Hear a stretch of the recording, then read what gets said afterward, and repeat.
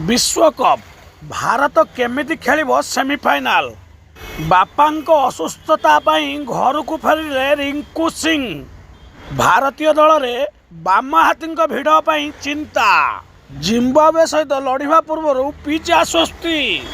विश्वकप रो एक मैच रे इंग्लैंड हराइला पाकिस्तान को। हरिब्रुक शतक सेमी रे इंग्लैंड। ए सब विषय आलोचना करिबा। चैनल को सब्सक्राइब करेंगे, लाइक करेंगे, कमेंट करेंगे, नुआ आसले बेल आइकन को बजाई देवे। प्रथम आसतु जानिबा भारत केमिति खेली परिबो सेमीफाइनाल। दक्षिण आफ्रिका ठारू भारत 76 रन ले हारिबा एवं जिम्बाब्वे विपक्ष में वेस्टइंडीज 107 रन व्यवधान ले जितिबा। एबे भारतीय दल रो 2020 विश्वकप को 2 दिन में 2टी झटका सदृश होईची। भारतीय दल केमिति सेमीफाइनाल खेलिबो एबे गोटे चर्चा केवल भारतीय दलर मैनेजमेंट और प्रशंसक को घारी। सुपर 8 रे ग्रुप 1 रे स्थान पाई 4टी दल मध्य भारत तृतीय स्थान रे रही। दलर नेट रन रेट सांघातिक भाव विजुक्तात्मक स्थिति रे थिबारु अधिक विपद घनई। भारतर सेमीफाइनाल एबे केवल परवर्ती 2 मैच विजय नुह, अन्य ग्रुप रे एक मुकाबला फलाफल उपर भी निर्भर करिबो। भारत को प्रथम गुरुवार जिम्बाब्वे विपक्ष में विजयी होगा सह रविवार वेस्टइंडीज को मात देवाक पड़ो। केवल साधारण विजय भी दल यथेष्ट हो न पारे, कारण 2टी बड़ बड़ विजय सहित दक्षिण आफ्रिका वेस्टइंडीज प्रथम 2 स्थान को दखल करिथिबारु सेमानंकु हटेबाकु हेले सूर्यसेना को बहु कसरत करने को पड़ो। चैनल को सब्सक्राइब करेंगे, लाइक करेंगे, कमेंट करेंगे, नुआ आसले बेल आइकन को बजाई देवे। विश्वकप मझिरे बापांको असुस्थता घर को फेरिले रिंकू सिंह। पितांको स्वास्थ्यावस्था गुरुतर होबारु भारतीय बैटर रिंकू सिंह हठात उत्तर प्रदेश अलीगढ़ रे थिबा निज घर को फेरी जाइछन्ती।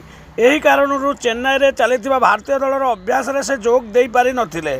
सूचना अनुसार रिंकूंको पिता 4 वर्ष हम कर्कट रोग रे पीड़ित होई चिकित्सित होउछन्ती। तेबे गत किछि दिन तले तांको स्वास्थ्यावस्था गुरुतर हेबारु तांको हॉस्पिटल ले भर्ती करा जाइतिला। सेटारे तांको वेंटिलेटर रे रखा जाइछि। आसंता गुरुवार हेबाकु थिबा जिम्बाब्वे विपक्ष सुपर 8 मैच खेलिबा को भारतीय दल सोमवार चेन्नई रे पहुंचीतिले। दल सहित रिंकू मध्य चेन्नई आसीतिले भी मंगलवार सकाळे अलीगढ़ अभिमुखे यात्रा करि जाइछन्ती। चैनल को सब्सक्राइब करेंगे, लाइक करेंगे, कमेंट करेंगे, नुआ आसले बेल आइकन को बजाई देवे। जिम्बाब्वे परीक्षा पूर्व पिच आनिला आश्वस्ति।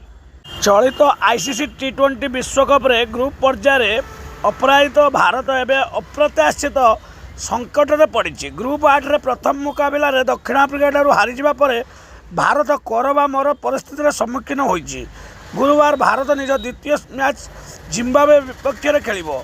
चेन्नईर पिच साधारणतः मंथर रोथुबारु यह जिम्बाब्वेर सिकंदर राजा और स्पिनर माननकु सुहाई था, किंतु नुआ पिच बैटिंग अनुकूल हेबो बोली विश्वास हेउची। फल पेस बॉलिंग उपर निर्भर करतुवा जिम्बाब्वे विपक्ष में यह रहिबो। तथापि भारतीय बैटर को एकदा फायदा उठाई बड़ स्कोर करने आवश्यकता रहिबो। विश्वकप पूर्व चेन्नई पिच पुनर्स्थापित होइतिबारु घरोई दल सपक्ष में जीव बोली कहुच्छी। मात्र 5 मास तले यही पिच रे रन वर्षा भी देखा मिलूँ। चलित विश्वकप अफगानिस्तान 182 रन को न्यूजीलैंड 17.5 ओवर पिछा करी देइतिला। सेहिभଳି यूएई विपक्ष में मैच न्यूजीलैंड 15.1 ओवर रे 176 रन करी विजय होइतिला। प्रतिद्वंदी दल अभिषेक शर्मा, ईशान किशन, तिलक वर्मा दुर्बलता को धरी नेलेणी।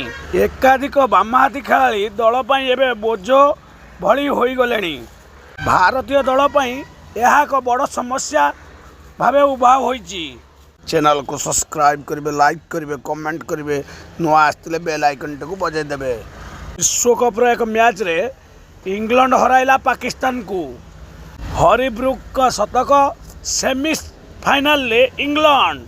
हरिब्रुक विस्फोरक शतक 51 बॉल 100 रन बल पाकिस्तान को 2 विकेट हराई सेमीफाइनाल में प्रवेश करिछि इंग्लैंड। पाकिस्तान द्वारा रखा 165 रन लक्ष्य को इंग्लैंड 5 बॉल पूर्व 8 विकेट हराई हासिल कर।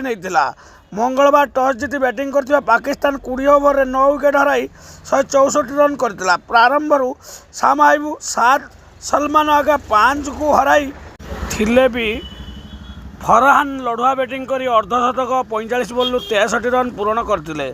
बाबर आजम 24 बल्लु 25 रन और फकर जमान 16 बल्लु 25 रन सह दुईटी उपयोगी भागीदार करी पाकिस्तान स्कोर को से एक सम्मानजनक स्तर को नहीं जाइतिले। तेबे निम्न भाग बैटर माने विफलता जो एक बड़ स्कोर आड़ को अग्रसर होता पाकिस्तान 164 रन ले सीमित रही जाइतिला।